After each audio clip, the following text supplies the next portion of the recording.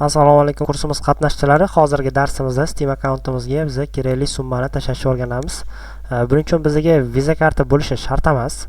Misol uchun mana shu ko'rinishda o'zi tayyor anulari bor. Misol uchun $5, $10, $25 ko'rinishda bizga to'lov qilishni tavsiya qilyapti. Biz bundan qilmasak ham bo'ladi. Buni boshqa yo'li ham bor. Hozir mana bizda 14 sent pul turibdi va bu biz qanday to'ldirishimiz mumkin? Buning uchun shunchaki telefonimizdan klik ilovasi orqali ham to'lasak bo'ladi. Hozir men skrinshotlarni Telegram gruppaga tashlayman va sizga obzor qilib berishga harakat qilaman.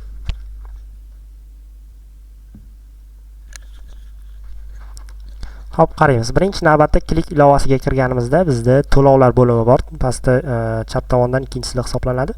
O'shani bosganimizdan keyin Steam qidiruvini bosamiz va bizda Steam akkaunti chiqadi.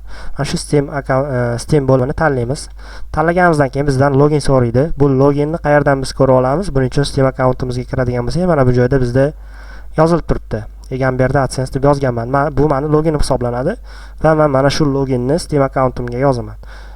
Birinchisida siz test ko'rinishi bo'lgan test qilishingiz uchun, misol uchun yozingda 1000 so'm tashlab ko'ring. 1000 so'm tashlasangiz ham bo'ladi. Eng minimalniy summa 1000 so'm hisoblanadi. Bunda narx misol uchun eng kamida $5 tashlaysan yoki $10 tashlaysan degan cheklov bo'lmaydi. Shuning uchun 1000 so'mga tashlab ko'rib, shu balansingizni tekshiring. Balansingizni tekshirishingiz uchun mana shu joyda mana balans ko'rinib turgan bo'ladi. Agar ko'rinmasa, Mo'y kashlokka kirsangiz, mana sizni hozirgi shotingiz ko'rinib turgan bo'ladi.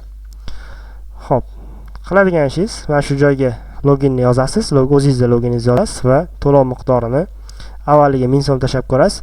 Tushishiga ishonchingiz komil bo'lgandan keyin, login to'g'ri yozilgandan keyin, xuddi shu loginga qaytadan kiradigan bo'lsangiz, qaytadan to'lovni bosadigan bo'lsangiz, mana shu joyda login yozish vaqtida sizga bitta login taklif qiladi, oldingi foydalangan loginingiz. O'shani shunday bosasizda, davom etishni bosib, o'zingizga kerakli bo'lgan summani kiritib, $12,5 qancha summa bo'lishini kalkulyatorda hisoblab olib, kerakli summani yozib to'lab olsangiz bo'ladi.